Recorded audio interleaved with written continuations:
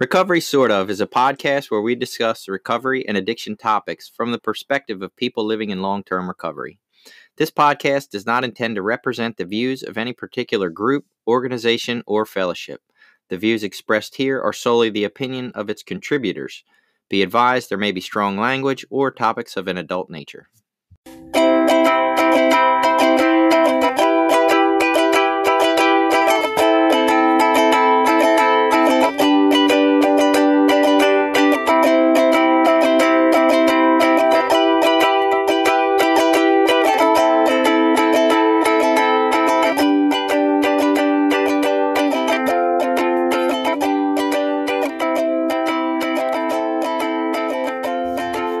Welcome back to the podcast, Recovery Sort of. I'm Jason. I'm a guy who doesn't use substances that are illegal, or I don't know. I guess I'm called in long-term recovery. I have no idea. Whatever it is, I'm here with Billy.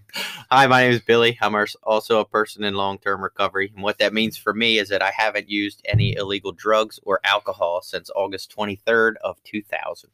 And we started there with the strange wording because we got asked, what does it mean to be in long-term recovery? What are the qualifications? And I honestly had no fucking clue. I'm like, I don't know. Is there? It's very much like, what does it mean to be a newcomer, right? I don't know that there's a set answer. And so we talked a little bit about it, and I don't like the set answer of describing what it means to me. So I'm just going to make up random shit from now on, I think. Yeah. And so there's what you can go through is like recovery language training that they have. That is basically ways that you can talk about your recovery that is relatable to non-addicts. That is language that's more common. You know, we all have our common language inside of our fellowships, things we might say within our particular meetings or groups. And they, might not sound as good or may actually sound fairly stigmatizing outside of those groups. And so as you go out into the world and if you were to try to talk to people and come out of anonymity, you can go through some kind of language coaching. They call it coaching, not training, but you can go through some language coaching on words you can use. And so in talking to someone about what that means, that long-term recovery piece, they explained to me that, if you go through the coaching, they explain to you that, you would normally say, I'm a person in long-term recovery. And then a second piece of that that's really important is what that means to you. And what that means to me is whatever your pathway is. Because again, different people on different pathways, that description of recovery means something different. To a person in an abstinence-based program, obviously we think it means you're abstinent. But to people on different, maybe replacement therapies or, maintenance programs or whatever, they have a different meaning of what recovery is for them. Right. And then we fooled with the wording and we talked about minor mood altering drugs or minor mood altering substances and not being on them for a certain amount of time. And then, obviously Snickers commercials let you know that food affects your mood and is a mood altering substance. So I don't know how to describe it. Maybe one day we'll tackle what is recovery in a podcast. And I've had a couple surgeries where I took pain medication for short periods of time, and it's definitely altered my mind. Right. Absolutely. Altered my feeling, my perception. So who knows? Maybe we'll figure that out one day, how to talk about ourselves. But I agree. We do need other language because I can't generally just go out into the professional world and say, I'm an addict named Jason, which is comfortable in my, program. I definitely can't run around talking about, hey, I'm a sex addict named Jason, right? Like that would be weird as shit to a lot of people. Well, and I had a weird incident. I'm going to share this where I accidentally used, if you can do that. So I don't know if I ever told you the story, but we, a bunch of friends of ours, we were all out at a restaurant for dinner, and I'll try to keep it brief. We were all out to dinner at this restaurant. The restaurant took this exceptionally long time to bring our food out. So we finally got our food. We got our dinner. At the end, they brought out this big tray of desserts, and they said, here, this is, compliments of us for the long wait for your food. We're really sorry. And they brought it. And this was all people in recovery that were at this thing. And so we're all sitting around, and there's these different, cakes and desserts. And there's this thing that's like and I should have recognized, in hindsight, it seems kind of stupid, but It was like one of those tall, skinny shot glasses full of like a orange cream, what looked like an orange cream thing with like some orange cream and then some foam stuff on the top. And I love orange creamsicles, are my favorite. So I was like, oh yeah, that looks good. And I grabbed it and drank it.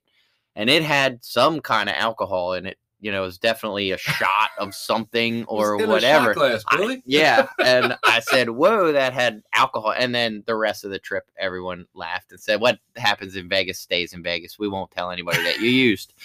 So I accidentally used one time. From now on, he's Billy, and he's in medium term recovery. I'm in recovery as long as I'm not in Las Vegas. Right. There you go. That'll work. So to recap the anonymity episode last week, we got a little bit of feedback on that. Mostly positive. People seem to enjoy it, but there were some other opinions. I don't know that they deviated, but I'd like to go over them anyway. Brittany on Twitter said that she sees all the arguments and that she'd love to be less anonymous in her personal life on Facebook and at work. The problem she runs into is that she works with the wife of a DEA agent, and it's kind of intimidating. And I was like, fuck, okay, so here I am talking all this shit about how I feel called to be anonymous. How anonymous would I be if I worked with a DEA agent or, you know, their spouse? That would be a little intimidating for me as well. Yeah, I think, and I would look at it as an opportunity to share with them about, and I hate to say it this way, but how wrong the DEA agents are and busting all the addicts. Like, it's one thing to go after, you know, high level dealers and things like that. But when you're out, you know, busting the guy on the street who's just trying to get high another day, that's a little bit ridiculous. But whatever. That would be me. That's hilarious, right? Because I mean, for one, I don't think the highest level dealer is probably the government, so I don't even want to get into that conversation. But she did mention later in the conversation that she thought maybe if, you know, the lady's wife saw what she looked like, or the individual's wife saw what an addict looked like in recovery, it might broaden their view. And so a similar line of thinking, you know, she thought it might help. Doreen mentioned that she always thought it was respecting others' anonymity and vice versa. So maybe that, like, the whole anonymity piece was really less about us to begin with and more about, and we kind of explored that concept. We talked a little bit about how anonymity was more really doing selfless service. It's not so much about, hey, let me not talk about, you know, what I do and what has helped me in my life. It's more about the fact that, you know, I do service and I don't need recognition for it. And this is another take on it that, you know, when we talk about being anonymous, it's letting other people stay there anonymous. It's not so much that I need to go into the world and be anonymous. Right. Right. Let Love Be Your Fire, which is always a fun name on Twitter. I love it when people have crazy names. She said, I don't think it is ever okay to share if someone else is in your recovery group or meeting. But if a person wants to tell their journey in sobriety, then that's their business. And she said she makes it out to be similar to HIPAA in the medical field. Yeah, I guess it is a little similar to the medical field. The one thing I would say, the medical field, it's more of a legal standpoint, which of course we don't have in our meetings. That's more of a personal, hey, follow this silent code or not so silent code. But even in the medical field, right, and working sort of in a place that follows HIPAA guidelines as I am right now, I don't know how much that actually gets followed, whether it's a legal issue or not. I mean, granted, I don't think a lot of it's getting spread, but I can see the pull and tendency to break those in minor ways, not in harmful ways or ways that are supposed to be malicious, but I do see that, like, there's a tendency to want to, oh my God, I saw your friend at the doctor's office. Like, that's none of your business, right? But right. We have a tendency as humans to want to know things about people and talk about things that we know. Yeah. Or in just seeking advice outside of the doctor's office. Like, oh, a person is going through this or someone's going through that, and sharing about what's going on with them to try to get additional supports, maybe from home or their family, or maybe some of their medical issues coming from issues at their home. You know, It's like you can actually give someone at times better care by breaking their anonymity, you know, yeah, if you know they're in an unhealthy situation or whatever. Right, right. And that's why there is the kind of rules, about mandated reporting in certain situations, because in order to give proper care, you do need to break someone's anonymity. Right. April shared that she can share her story, and that does make her a little vulnerable to any stigma. But she accepts that when she engages in that kind of conversation, that she is going to be vulnerable to stigma. And so she says that her final answer is basically, if she feels her story is going to help someone struggling, then she's doing it. And I respect that. I would say everybody that said, hey, I need to have a little bit of, anonymity in my life to protect some professional field in some way, shape, or form, I don't think any of them would not share to help somebody suffering that they ran into on the street, right? I think that's like, we got the message on that one, right? If somebody's hurting and struggling, we're willing to talk about it. So that's really cool, at least that we haven't missed the boat on that one. Yeah. Thank God. Here's one. Pro-choice recovery says anonymity is a choice that people deserve. Like with any health issue, it's a privacy issue. She said in her treatment community, anonymity was not respected and it caused her some harm. And I responded to that. I wanted to know more about that, really, because it was contrary to where I was at that moment when we were talking about anonymity. I'm like, yeah, fuck it. We need to fight stigma and all be not anonymous, right? Yeah. And so to hear that it caused someone harm, I wanted to know more about that. Probably to judge it. Is it valid? Is it really enough harm? Is it valid enough harm that I can change my opinion? Like, I don't know, but I thought that was interesting. Can you think of a situation where someone might be harmed by anonymity not being respected? Yeah, I mean, it's almost the type of things that you had said. So I was a teenager at the time, but I had, basically got fired from a job because, and this goes way back, I worked for a company that did like professional cleaning at night of buildings when the buildings closed. Mm-hmm. And some of the buildings that we worked in were banks.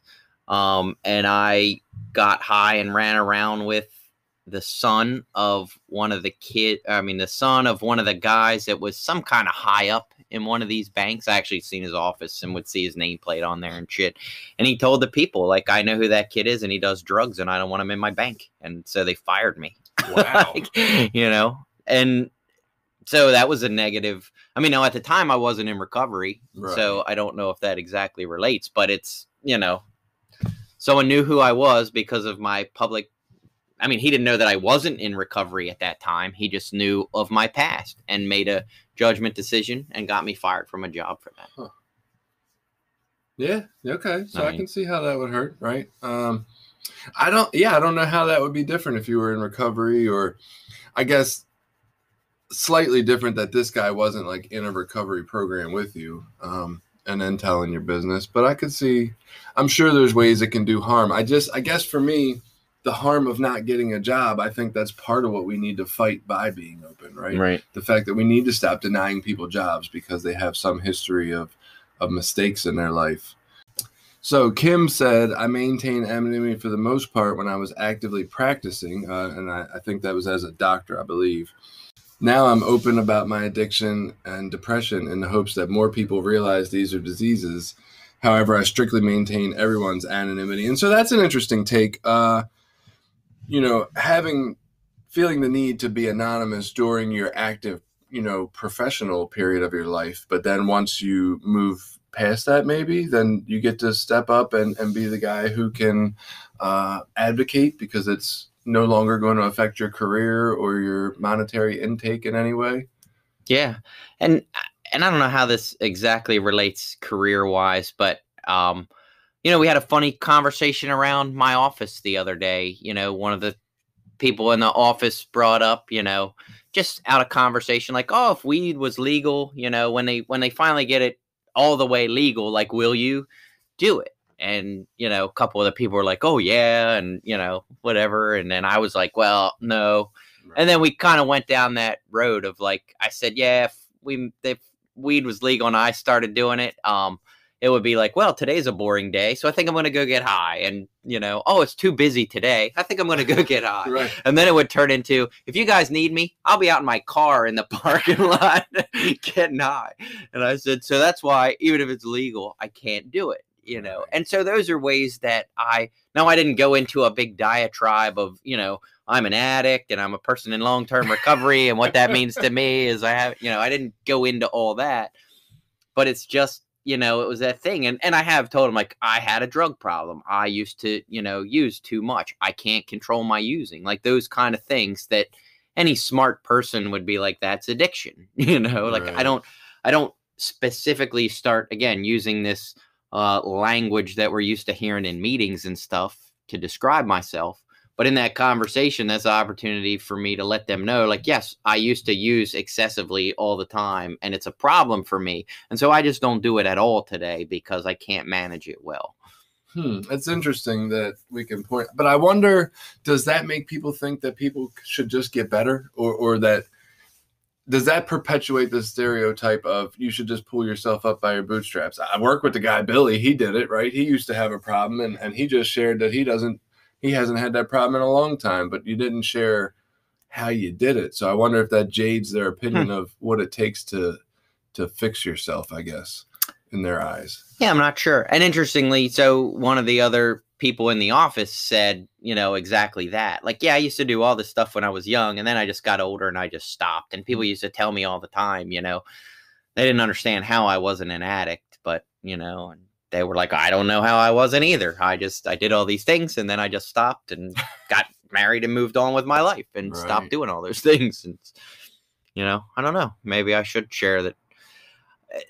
I have a little bit of a weird situation at my work where I have relationships with people that it's like, I worry more about if I break my anonymity, it's going to break the anonymity of some other people around me. That's my biggest concern. It's not necessarily for myself. I wouldn't care personally. Right. It's that it would then sort of start a chain reaction of how some of us that work there know each other, how we have these relationships outside, why we get together regularly, and things like that. And I feel like if I started saying some of those things, it would, yeah, we meet up once a week for an hour.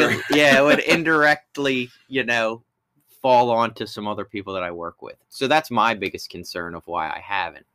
That's interesting. I've always hated the idea of when I run into somebody that, I've met through the rooms or meetings or some weird place, even some people, I've had people ask where I met people that I met in prison. And it's like, I don't really want to put other people's business out there like that. So they're always like, oh, where'd you guys meet? And I'm like, man, you know what? It's been so long, I don't remember. That's like my go-to standard for it. But I definitely remember the first time somebody asked me that and me just standing there with like my mouth open, like, I don't fucking know what to say here.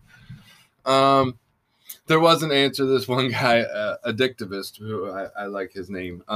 He mentioned that it was a good episode, and he didn't give an opinion on anonymity, but it just so happened that when he was listening, for some reason, it like cut out right in the middle of the episode, and he was picturing like we were driving off a cliff and like uploaded this at the last minute as we were like fatally, falling to our deaths. And I don't know, that made me hilariously laugh. And now I think we need to have like a partially done podcast loaded at all times for that moment when I'm about to die, so I can just load it up at the last second. And then Let Love Be Your Fire Again had another comment that just said, in the beginning of sobriety, they wanted to keep their anonymity because of the shame. And as they went on, they started telling people about it because of struggles, and they never knew who it might help, who was struggling. And I think we had another sentiment to that pretty similar last week. And I like that idea. It's like the opposite of what happened to me, I guess, almost. But it's pretty neat that people are opening up to the idea of, and somebody said to me, like, it's humility, right? You're becoming more humble to the fact of, fuck how it affects me if it helps other people. I just think that's pretty neat. Take the humility to be, I interpret humility as that is just who I am. Like, that is just a part of my story. Yeah. Just like I have, brown hair or whatever, and different people overcome all kinds of different challenges, whether it be some sort of abuse or neglect or trauma in their life. And just having the humility and courage to share that, experience with other people is, the act of humility. And I think this kind of spurs us into possibly today's topic, which we didn't mention earlier on, and I guess we should have. But what is addiction and where does it come from, right? And so the people who are judging people who used to be addicts or who are addicts that don't use drugs anymore, or however you want to state these things, the people who are judging it must have some certain belief about what is addiction in order to feel that way, right? If you believe addiction is a disease right in line with a cancer, then you're not going to say people who are in recovery from addiction can't work as a nurse or can't come into my house to clean it because they have a disease, right? But they're getting treatment for it. But if you tend to believe that addiction is a lack of willpower and you're a sucky ass human who just wants to do terrible things, well, now I need to judge you and keep you out of these environments because you're just going to fuck it up at some point. Is that fair to say? Or yeah, and I think another problem is most people that are, anti-addict, especially nowadays, the attitude of like lock them up and throw away the key isn't as publicly tolerated as it used to be. So a lot of people will say that behind closed doors. They won't say that openly or out in the public. So you don't necessarily get to see where they're coming from. It's just the entire belief of the law enforcement agency. It's not openly, spread about as much. Yeah. So, and I have thought about the law enforcement a lot because in my little bit of research on a couple different topics with law enforcement, homelessness and different crimes, a typical maybe justification, it isn't fair to say justification, but one of the things with law enforcement is they don't make the laws. You know what I mean? The police don't make the laws. Right. Their job is to enforce the laws. And just like at my job, there are some things, some policies or decisions that we make that might not be the same decisions I would make if I was 100% in charge. Right. But that's not my job. I'm not, it's not my company to make those decisions. My job is to do the job that my bosses established for me to do. And so for law enforcement, whether they think addiction is a disease or not, it's still a crime. Using is a crime, possession is a crime, paraphernalia is a crime. And so when they find you with these things, their job is to arrest you. It is, but it's kind of how the system of checks and balances works, right? While they don't make the laws, all right, I get this. The legislative branch does. I sort of remember the high school version of this, right? They also have the choice of how they want to enforce it, right? What is our belief systems and how do we feel about this? And if it's not working, let's just stop fucking enforcing it. Jaywalking, for instance, which is a finable illegal offense in a lot of places. At some point, they said, this is fucking dumb. It's not working. It's not useful. We're going to stop doing it, right? Loitering and stuff. The only time they use that anymore is when they can use it to get rid of homeless people or addicts, right? It's not that they really believe that it's a fucking problem with society that they need to enforce. It's used as a tool to kind of screw over people who are struggling in these other areas. And so while I agree with you that they don't make the laws, the fact that it's so prevalent of a belief system within their, entity, they use the laws to enforce them in a way that is malicious towards this group of people. And so if they chose to say the police force took on the opinion that addiction really needed to be treated and not jailed, right? They could stop locking up people they could just stop doing it. They could stop catching people, right. quotes, catching people with drugs. Yeah, and things would change somehow. Some of those things are starting to happen. I know, they're our local town police here we're in the town of Elkton. I don't know if it's okay to say that, but they have been receptive to some of these ideas. I don't know that they're being, implemented hard and fast, but they are talking to people in the recovery community and connecting with the advocacy groups in the community. So they are, if nothing else, they're at least hearing this information and being open to, some of the harm reduction ideas, some of the ideas on compassionate care, getting people connected with the right resources in the community rather than just locking them up and throwing them in jail. So it is slowly starting to creep in to law enforcement. Yeah, and look, I don't think that every law enforcement officer or agent or person who works with them believes this, right? I just think as a majority belief in that culture, this is, and I'm not saying it's an unreasonable belief for what they have to deal with, right? This is something they got to deal with every day that is disturbing the lives of people who aren't committing crime all around it, right? And so I get it. There's probably a lot of frustration around it. It probably does seem easier to hey, let's just get them off the street and out of our hair. So I don't want to think this is a public criticism of law enforcement itself, right? I just know that every group acts on the way it believes. Kind of like when in Baltimore City, not that long ago, the police still said, no, we're going to continue to lock people up for amounts of marijuana. But then the prosecutor said, we're just not going to prosecute.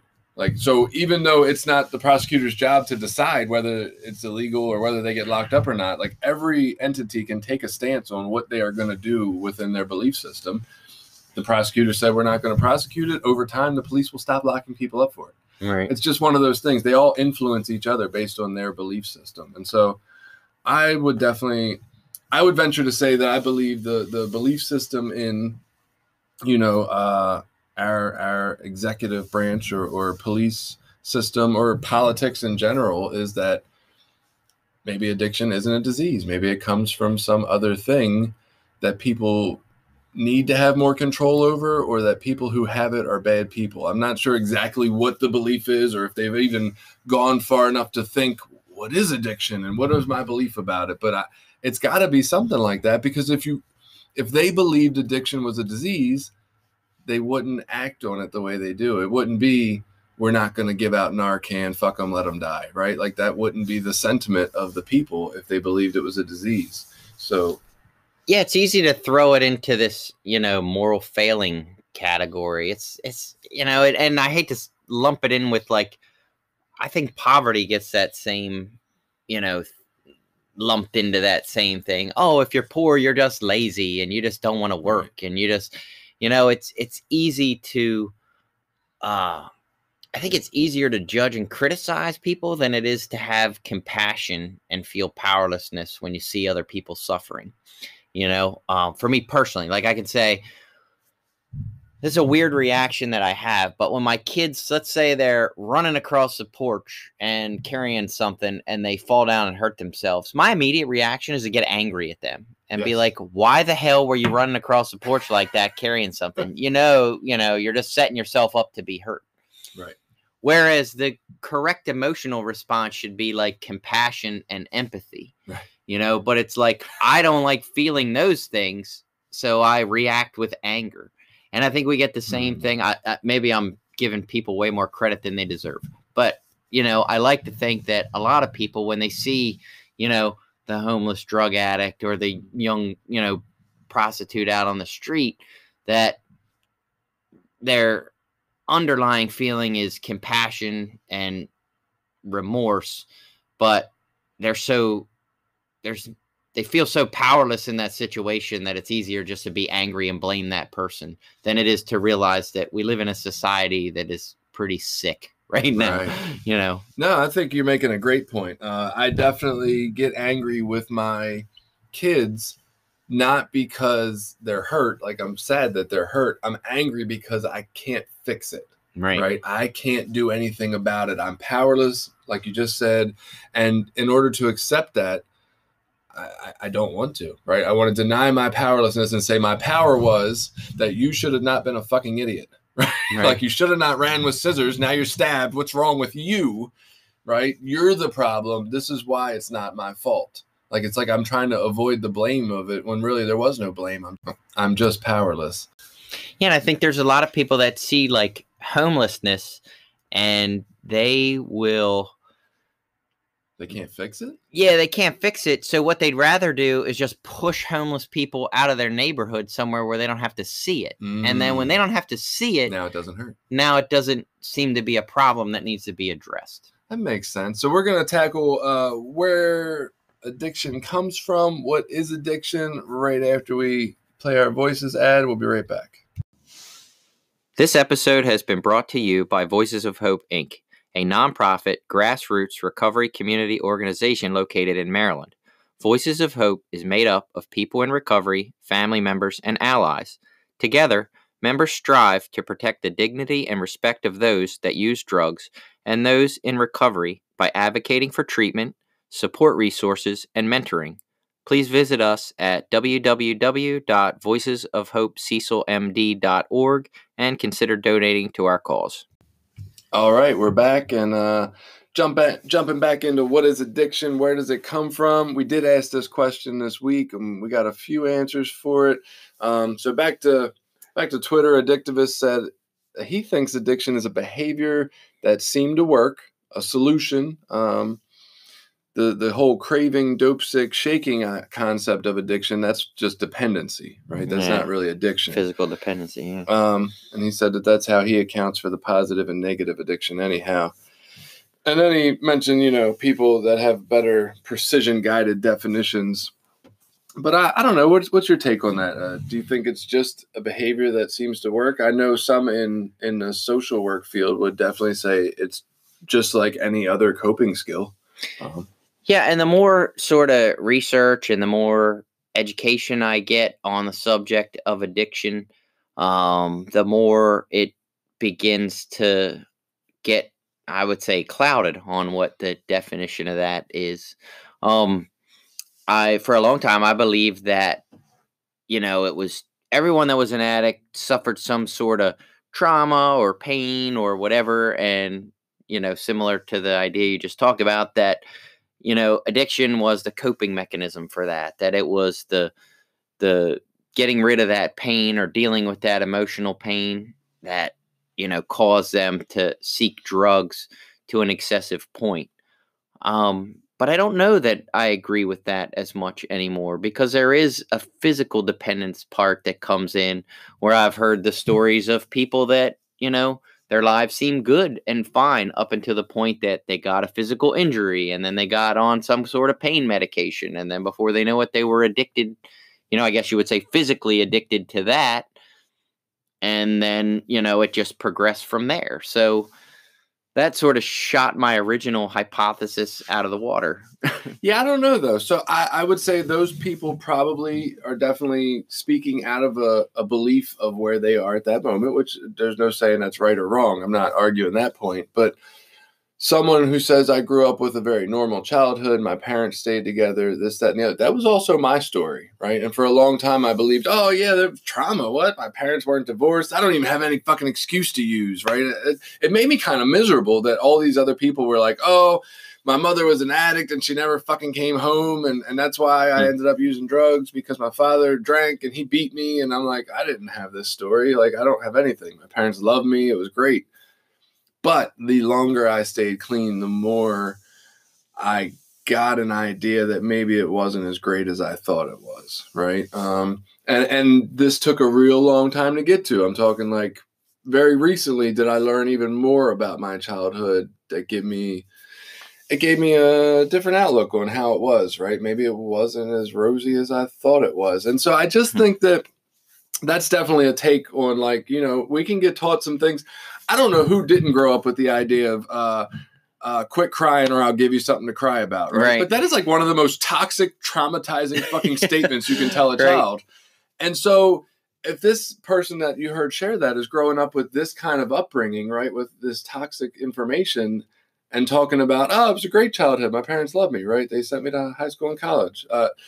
That might not be so accurate, I guess, is what I'm just getting at here. Yeah, and I guess anyone who's alive past the age of, 10 has probably suffered some sort of trauma in their life, Yeah. to some level or another. I mean, obviously, the trauma might be different for the child who lost a pet, say a dog or a hamster or whatever, Right. versus a child that's been incredibly abused. But we've all had these traumas. And I don't know how you can signify or pick out, which person's going to turn to drugs to alleviate that trauma, and which ones are just going to grow up and learn the more healthy coping mechanisms for those things. Well, and then we get into the other conversation around addiction, right? Are we just talking about drugs? Because if I look at quite a few people in the world, I would say there's a lot of maladaptive coping skills going on. Maybe drug use is one of the most maladaptive, like it's more easy to see from the outside, the unmanageability of it.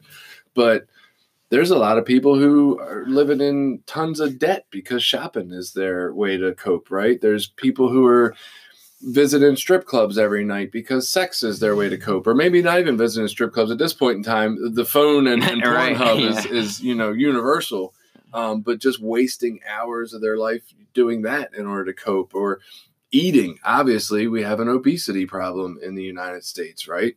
Food is readily available and we use it for comfort early on.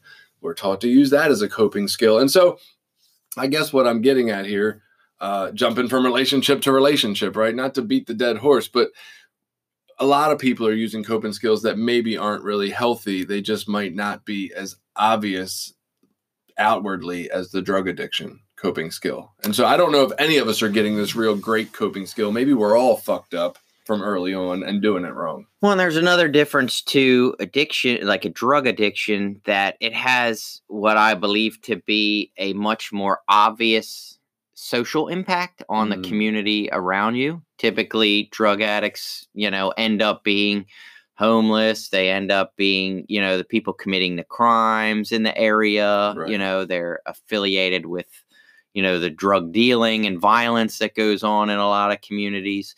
So, you don't, at least surface wise, again, there are some underlying issues with people that have a food addiction, like the impacts they have on our healthcare system and things like that. They get easily ignored.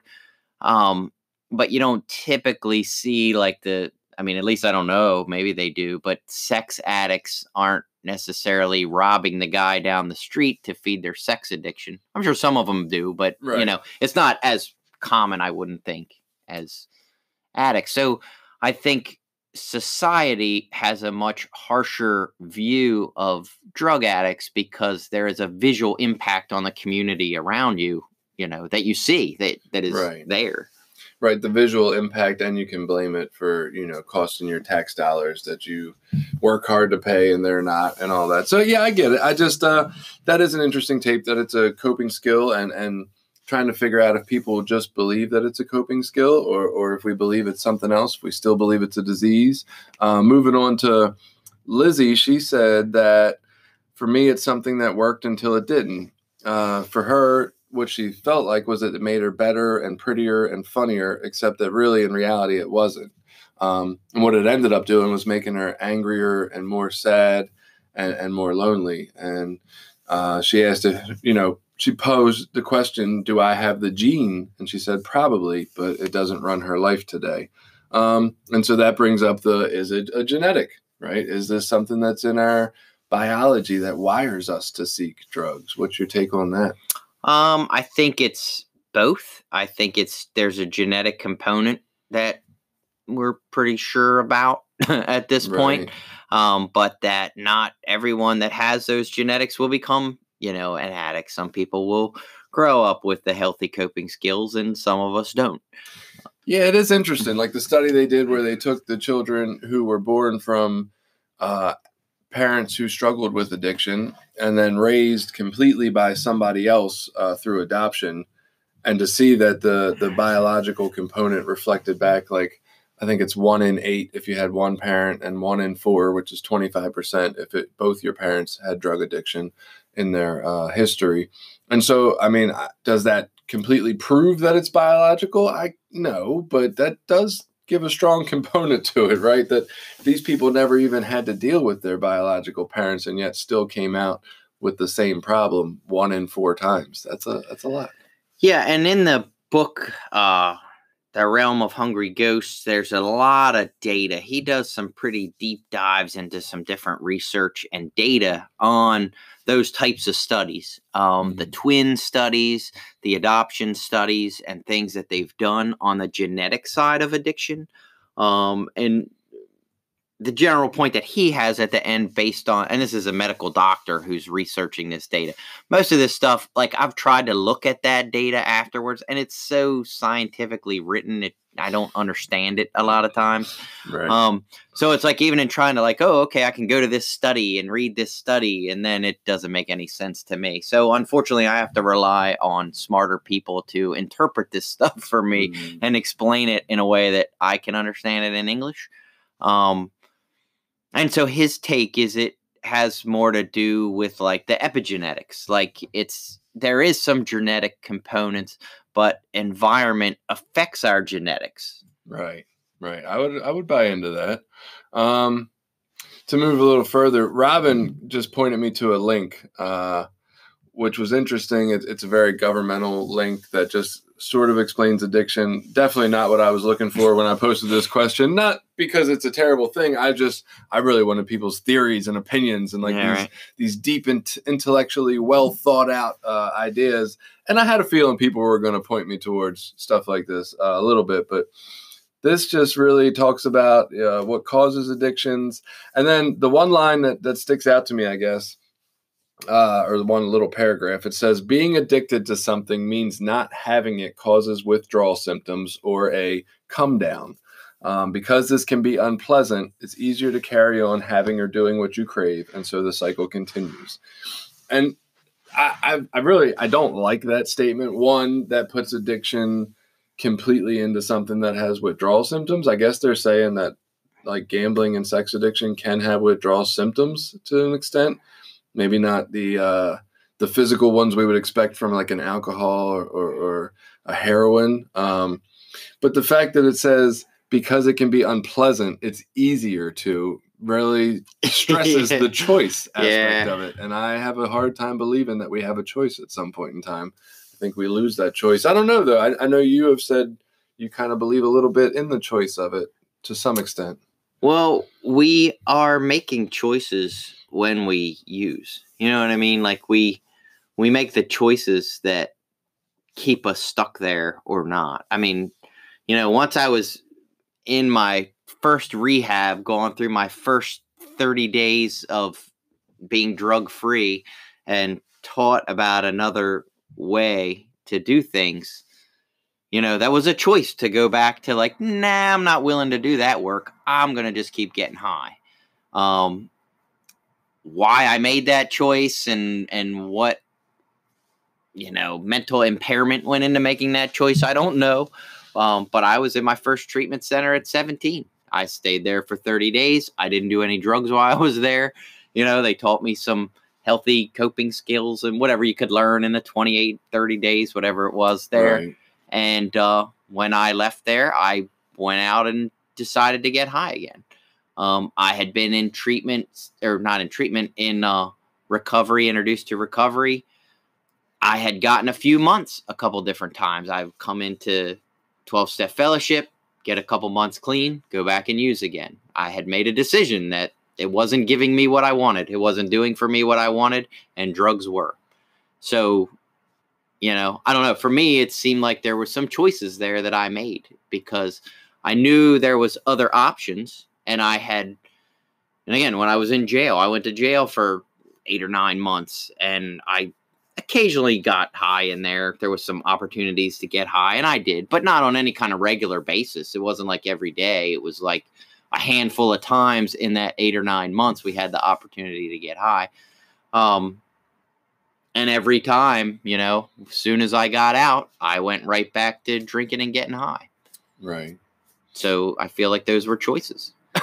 Yeah. So, I mean, I can't argue with that. I never got the 30-day clean time. I generally would stay for 3 to 5 days. And then as soon as I felt a little better, I was rolling out of any place I went to detox. But I was clean, and I did have a little bit of information that they tried to teach me in the haze of withdrawal. Right. But I would definitely say, for me at least, and I'm just in listening to your story, if you tried one of these programs for 30 or 60 or 90 days and then went back, it obviously wasn't working, right? Like if it worked, if it made you feel good enough to survive without drugs or without that coping skill, you wouldn't have went back. Like that just sounds like common sense to me. And so the fact that you did means for whatever reason at that point in time, this other method was just not enough to sustain what you were trying to do.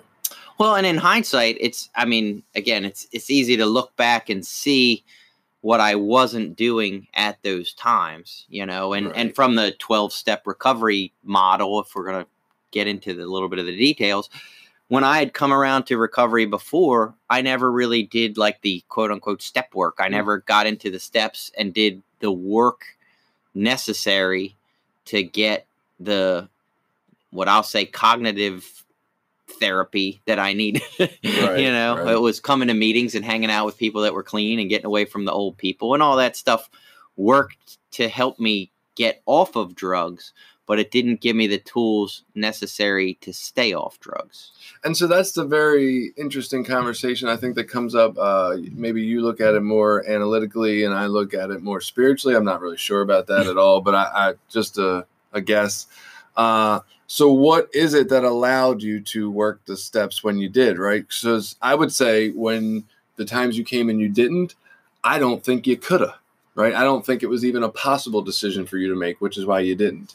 It just wasn't one of those things, whether it was because you didn't believe it would do anything, so it wasn't worth putting in the effort in something you had no belief in. It's almost like a lack of hope from my understanding, right? And then once you finally had the hope that it could work, you did it, and here you are. But so I guess that's my take on it. I don't think you could have made the decision the first couple times you were in, and luckily you can't go back and prove me wrong. Yeah, I was gonna say I don't know how to I couldn't even remember what I thought back then. Right. So But I mean, do you have a belief that there's a more? You just think you just didn't choose to work the steps, and you could have? Oh, you always could have. Do you think so? Yes. I believe so. I believe it's just like, so, and this kind of something we talked about this morning. Every morning I wake up, not every morning, but almost every morning, I don't want to get up. I don't want to go to the gym, and then I come home and meditate, and then I get ready for work. And every morning, like, I have to remember that is a choice that I have. I can just as easily go the fuck back to bed and sleep another hour and a half and wake up 20 minutes before work and jump in the shower and get dressed and roll out the door. And, again, I don't know my neuroscience of why I've been making the right decision recently, but more days than not recently, I have made the decision that I'm going to fucking do it anyway. I'm going to go to the gym. I'm going to meditate. I don't want to. I don't feel like it. It's not something in me that's like, you can do it. It's like, fuck this. I hate it, but I do it anyway. I look at that as a choice. That is a choice that I am making to continue in this positive behavior. And I could buy into that, right? I think we have the ability at some points to make choices. I just think there's other times when we don't have the ability, right? Kind of the way it was explained to me early on in a therapy part of my life was that drug use saved my life, right? Without it, I probably wouldn't be alive today because I could not deal with what was going on internally. I'd have probably just taken myself out of the world, right? Drug use was the only coping skill that got me through that point for a time. At some point in time, whatever reason, I needed to adjust coping skills, whether it was that drugs no longer did it anymore, or it's just the consequences were too much and I needed to find something with less consequences. And so during that time, all of a sudden, I was given this ability to choose something different when I never had that choice before that. It was die or use drugs before that. Now I had this third choice, this other, right? So I did this other when it became available to me. And then unfortunately, like that led to some addictions in other areas of my life. Even though I was not using the drugs anymore, these other addictions ended up causing me just as much unmanageability and pain. But without them, again, I truly believe that the options were, hey, don't be on earth anymore, or participate in this addiction. And that's the only two A and B's I had in front of me. And when C was finally presented, come to therapy and do this other thing, I took that, right? So it's not that I don't think that we make choices. It's just that I don't think the options open up until a certain point when we're ready or we've had enough or whatever it is that gives us this option C, right? I'm always choosing between A and B, and A is always not being here no more, and B is the best I got to stay here. And so at some point, this option C opens up, and I'm not even really sure what it is that makes this option C open up, but I don't hold myself accountable for not taking the option C when it wasn't there. Yeah, and I guess I think back to, so I'll pull a piece out of our literature that says, and this was just my experience. This was my actual experiences. We sought help through medicine, religion, and psychiatry. None of these methods was sufficient for us. And I can't remember the exact words, but we continued to use until in desperation, we sought help from each other in Narcotics Anonymous. Right. So that point of desperation is a choice. Fuck, I'm finally beat enough to go do this thing that I don't want to do. That's kind of the way that I look at that. Is when I've had enough pain, I'm willing to do the work necessary. And that to me implies there's a choice there. Okay, and I could buy that, but I guess maybe behavioral economics. We choose things based on what makes sense and what's worth it to us. And at some point when I'm at a 70% pain level and misery with drugs, I'm not willing to do this 90% of work, right? Yeah. And then at some point, that gift of desperation, that desperate time when it goes to, I'm 95% pain level, this 90% of work seems more enjoyable, right? So maybe that's why the option isn't quite on the table for me. It just doesn't weigh out to make sense for me anymore. Yeah, and it's funny because I actually is, part of something I share is that, drugs always worked for me. You'll hear people say drugs stopped working or I was just using to survive. And no, I loved it. I had a great time using all the way up to the end. I didn't like the consequences. You know what I mean? I didn't like the things that I had to keep doing to keep using. But, it was the way that I felt when I wasn't high. It was my inability to deal with life. So I had to go through every moment being high or under the influence of something all the time. That's where it became unmanageable and the insanity came from. I don't know exactly where I was going with that, but it was that being high was the relief of my problems. And it only recovery only became a choice when the consequences of using outweighed the benefits of being high all the time. Right. Right. No, that makes total sense. I mean, I think that would make the same sense for somebody who doesn't have anything to eat, right? They don't believe in robbing Royal Farms to get something to eat. But at some point when your hunger is enough, that becomes a justifiable thing to do is rob Royal Farms so that I can have something to eat tonight, right? I don't know that they had to. I guess they had the choice to rob Royal Farms before that, but they just didn't. I don't know. That's a really interesting one. Yeah, I don't want to get lost in it. But. Yeah, and then it goes down the rabbit hole of, well, what were there other choices? And the fact that they didn't seek other choices makes it okay to rob people. Did they try to reach out to a church? Did they try to reach out to a homeless shelter? Or did they just resort right to, well, the Royal Farms is a block away, and that's way easier than trying to go do something else, so I'm just going to do that. Not just easier, but tastier. Yeah, it's probably better than shelter food. Yeah. So to get back a little bit on track, Brazil Ruby just said the devil. Addiction is the devil, and I've heard this take before, and I've also possibly believed this take before for myself. That addiction is the devil. It is the great evil in the world. Against.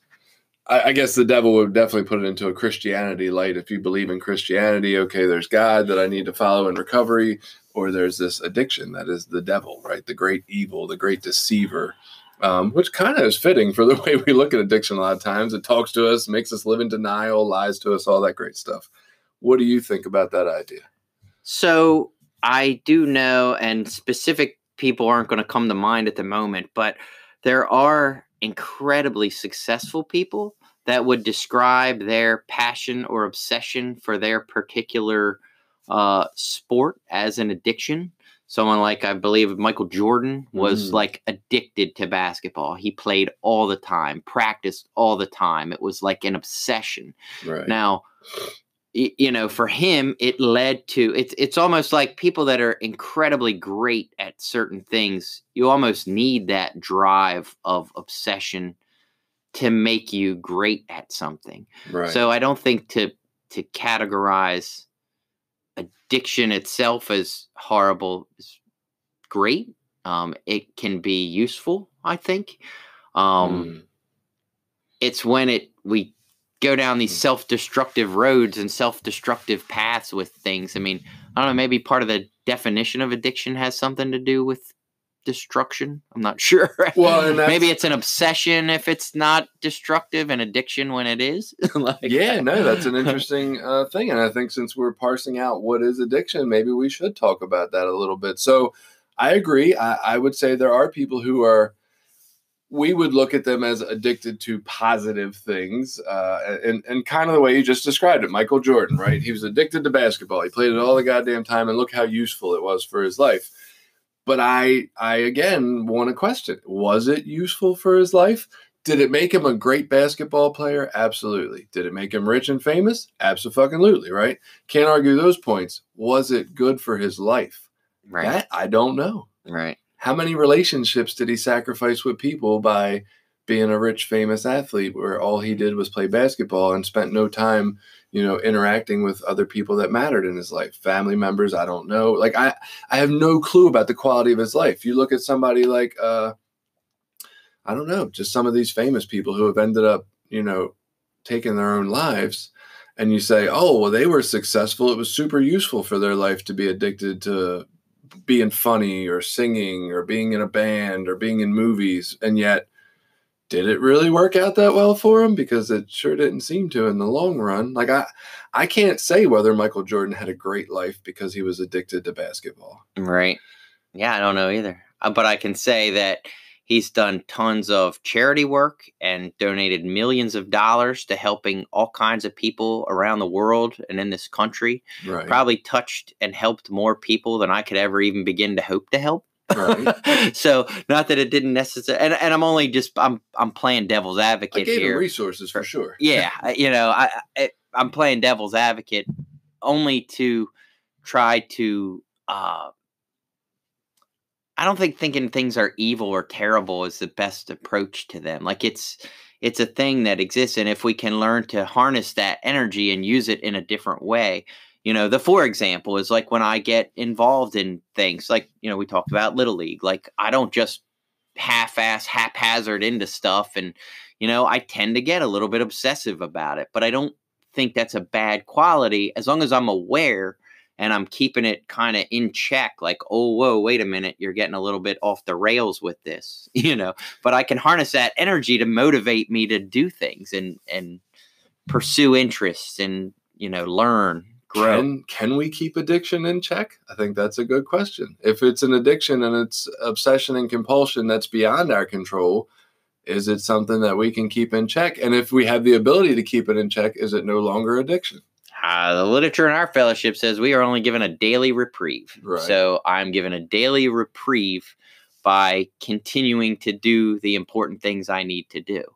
So I think that's all we're doing is keeping it in check. I mean, that's the way I look at it. Is it's always right there. It's always, right there. And I heard an interesting thing yesterday. So someone had talked about, you'll hear people say like, oh, my addiction's over in the corner doing push-ups, right. So I need to keep in recovery. And I thought a little bit about that. And I thought, mine doesn't need to do push-ups because it's a power greater than me. And just like the sun doesn't need to do push-ups to be a power greater than me, like no matter what I do, it's always a power greater than me. So my addiction is always a power that's going to be greater than me.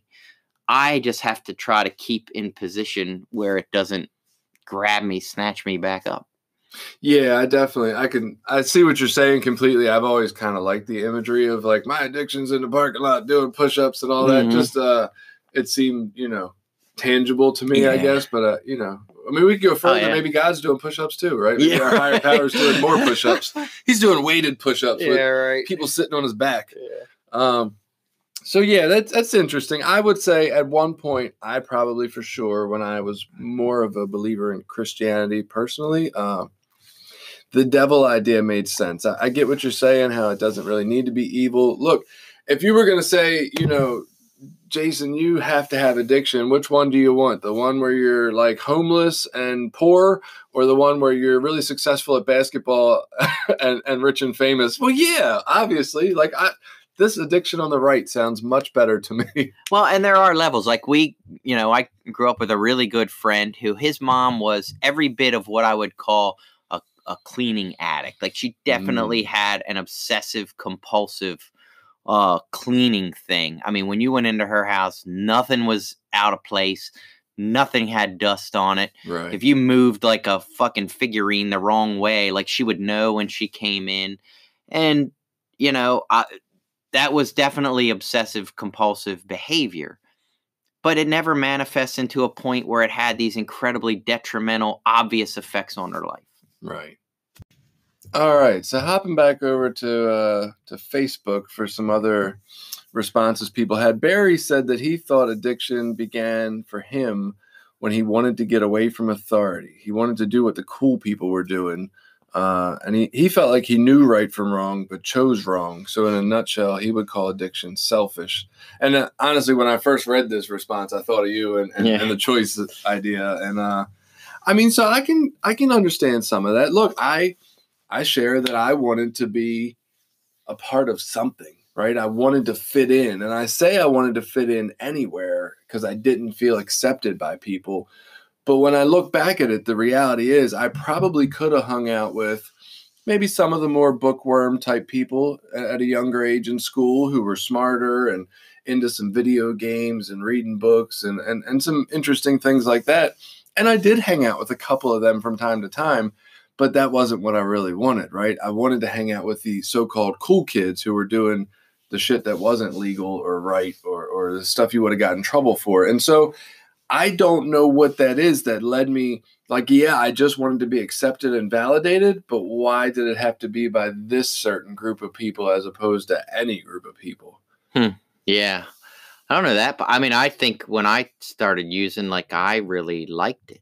I still, I remember when I first got high and, smoked some pot and I loved it. I was like, oh, I want to do this all the time. And, when I drank, I had fun. And, my willingness to do it was because I liked it. And I think that's where the selfishness part comes in for me is that, I liked it. I want more. I'm just going to do it. Right. See, I understand it more at the later ages of at the actual drug use. Yeah, that totally makes sense why that felt good for me. But like this was even long before I ever touched the drug. I can remember like just gravitating to wanting to be accepted by these cooler people and not so much the other people. And I don't know. I thought that was an interesting concept. I hear some people say it, but it was interesting to see him as a response to what is addiction by saying. Yeah. And I definitely think once I started using, I drifted towards those became the people that I thought were cool. Right. But early on as a kid, I don't know. I don't know when I had low self-esteem, when that came up, Right. What age are you when esteem becomes a thing? I don't know. I can remember like third grade wanting some acceptance from people. Kayla mentioned, here you are, isn't it? Man, you're going to friend all these people after this podcast. She believed it was a choice, a disease of choice. In the beginning, it's a choice, but after a while, the part of your brain responsible for making choices gets hijacked and instincts take over. It's no longer a choice at that point. It's now a matter of survival. Addiction is like a disease in many ways, she put. It's a combination of all models, disease, genetic, environment, and all the factors put together end up being the addiction itself. Yeah, and I was going to actually clarify, and I thought there would become an opportunity, and now she's kind of setting me up for my clarification. So I believe we have choices in addiction, but once we start using, once we're actively using, we lose our choice. Once we're impaired and under the influence of the drug, that is a power greater than us. And so like right now, today, I have choices. If I were to go use tomorrow, that would be a choice that I make. once I'm caught in the grips, I lose my choice. My choice is gone. Right. Until some, moment of clarity or some incarceration or, jails, institutions, or death is what is the ends for an addict. Right. So I would agree with part of that. And even, when we gain some clarity back. So, if you've been using drugs for years, which, a lot of us had been, stopping for a day or two does not clear the insanity or influence of the drugs. Like it takes days, if not weeks, to actually start to even get your brain back to functioning normal. It takes a process. So I don't know what we're referring to as functioning normal, but it's definitely, it can take months at all for any dopamine or receptors to fire or receive, or all these things are highly askew after you've used drugs to produce all your positive, good feelings. Right. And so, it's a little off of that topic, but that's why it's so important when we make that decision to get clean, that we also surround ourselves with supports that are going to encourage us through those difficult times, because that's your most critical and difficult time, is when you finally make that decision that you want to get clean. You need those supports to carry you through that tough time. And so that brings up a good, we didn't look into this, and I don't know it off the top of my head. I guess I could look it up at some point, but how long does it take for the chemicals in your brain to start firing, quote unquote, normally again after you stop drug use after so many years? Like, what is the maximum amount it could take that we've studied and know for sure? Because if the scientific evidence says that your brain's not going to produce its own chemicals to feel good for possibly up to 6 months, and your argument is that after 30 days you had a choice, I would say the fuck you do, right? You don't have any good feelings. How the fuck do you have a choice if you can't produce anything that feels good in your brain? All right. And so there was, and this could be old data, so this is from years back, but one of the methadone clinics in this area was saying that at least from opioids, that the damage could be permanent, that for a lot of people that it was permanent, which was why a methadone maintenance program was so important for life, that it was a lifelong impairment of your brain. So you would have to be on maintenance, forever.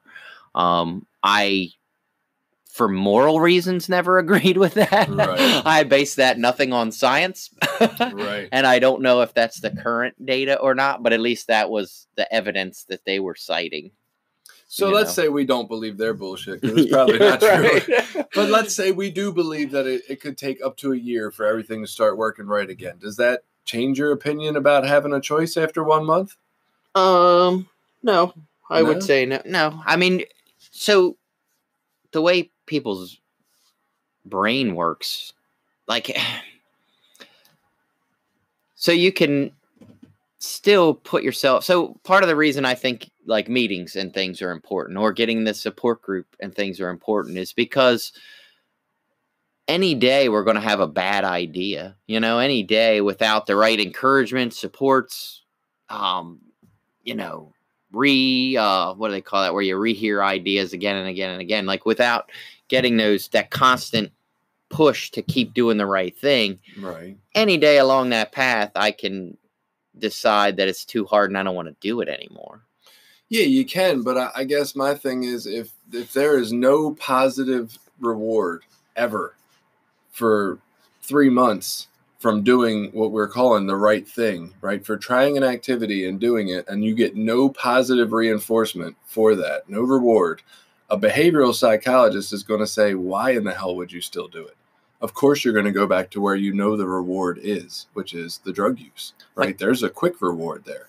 Yeah, and I can't say for all, but I think for most addicts, just to not be using every day as its own reward, like just to not be caught up in the grips of daily active use is some reward. I mean, now you're probably not getting the full benefits of your full endocrine system, Right. like that may take some time, but yeah, some people report getting clean and feeling great immediately, right? I just also know that some go into a deep depression immediately too. So I don't know. I don't know. I just think that's an interesting concept. If I have no positive reward, there is nothing psychologically that says I should stick with this.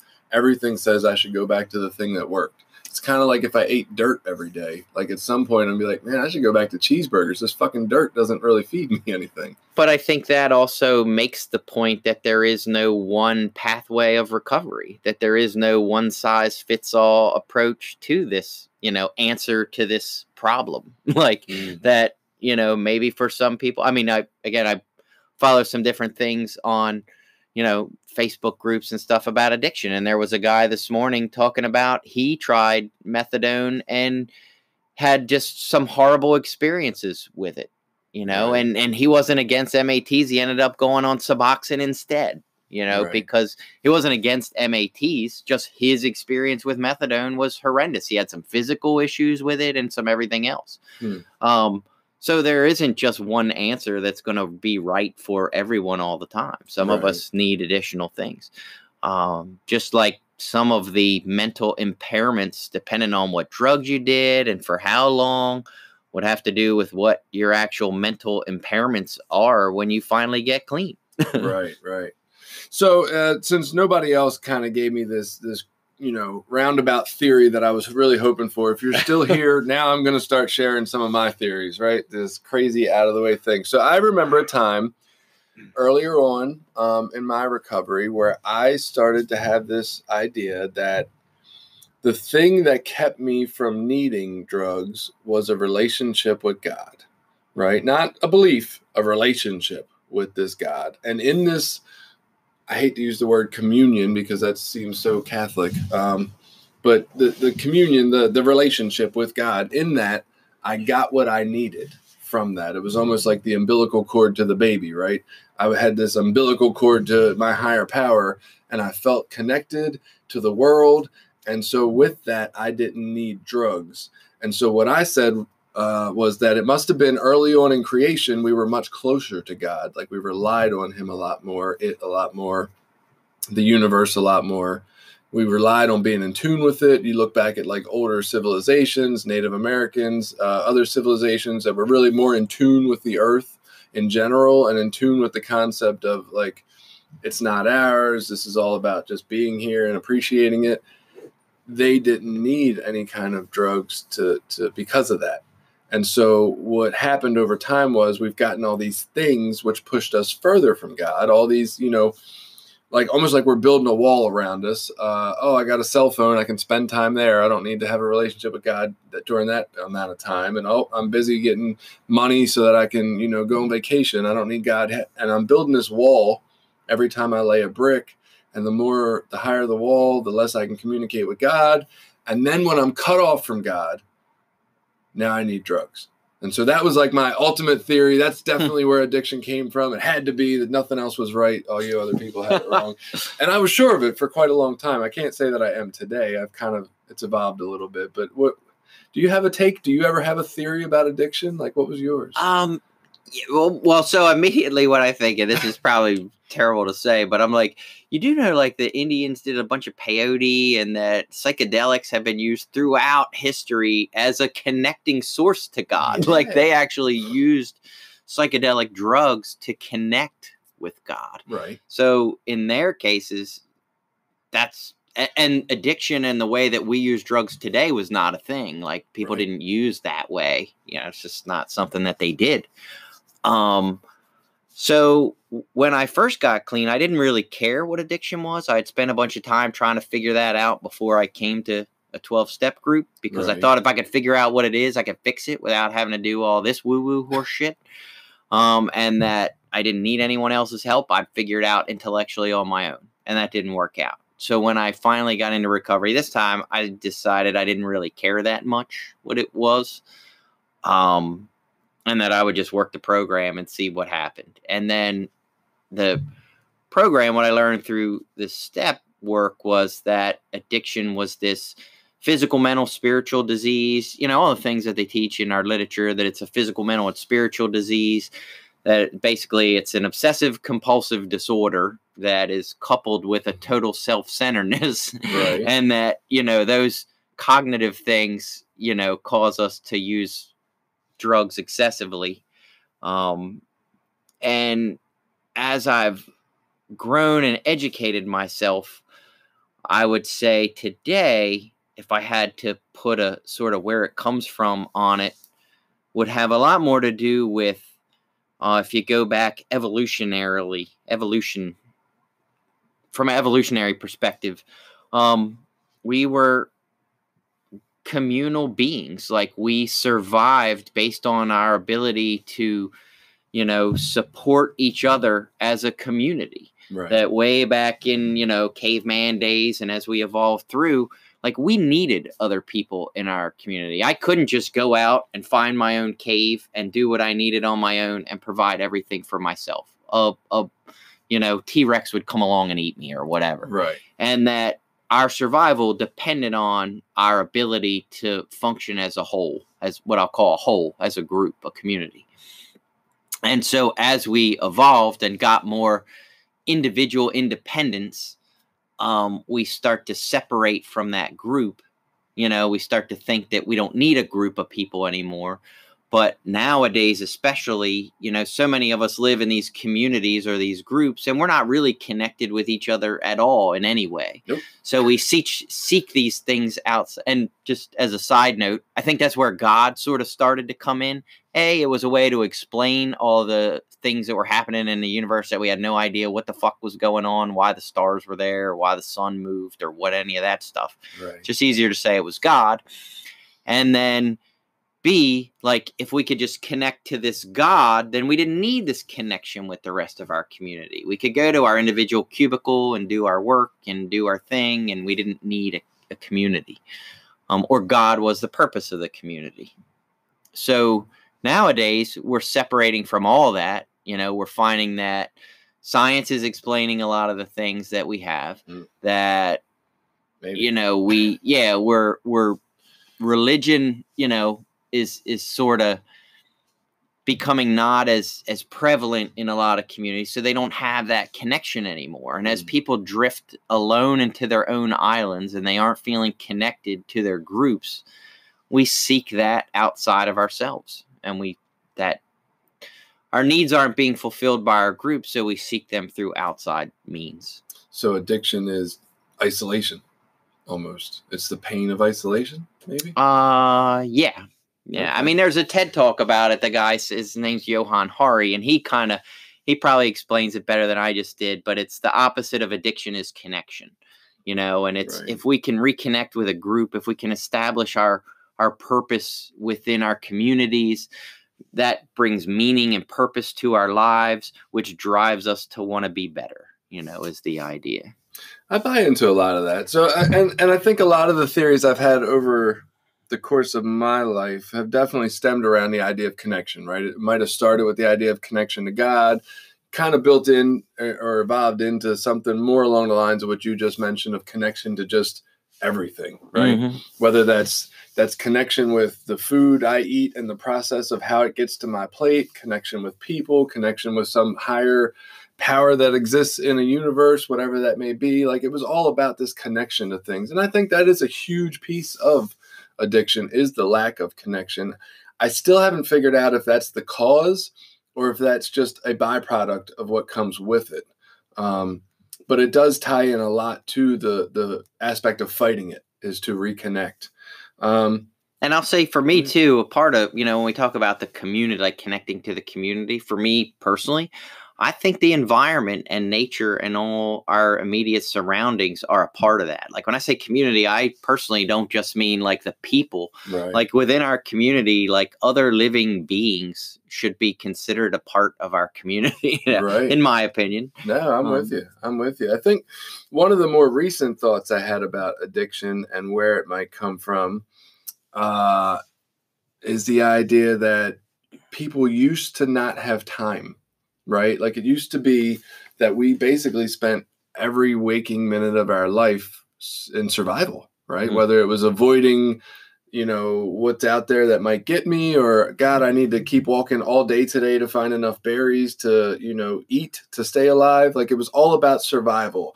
Even when we moved into farming, I got to farm all day in order to make enough for us to live, right?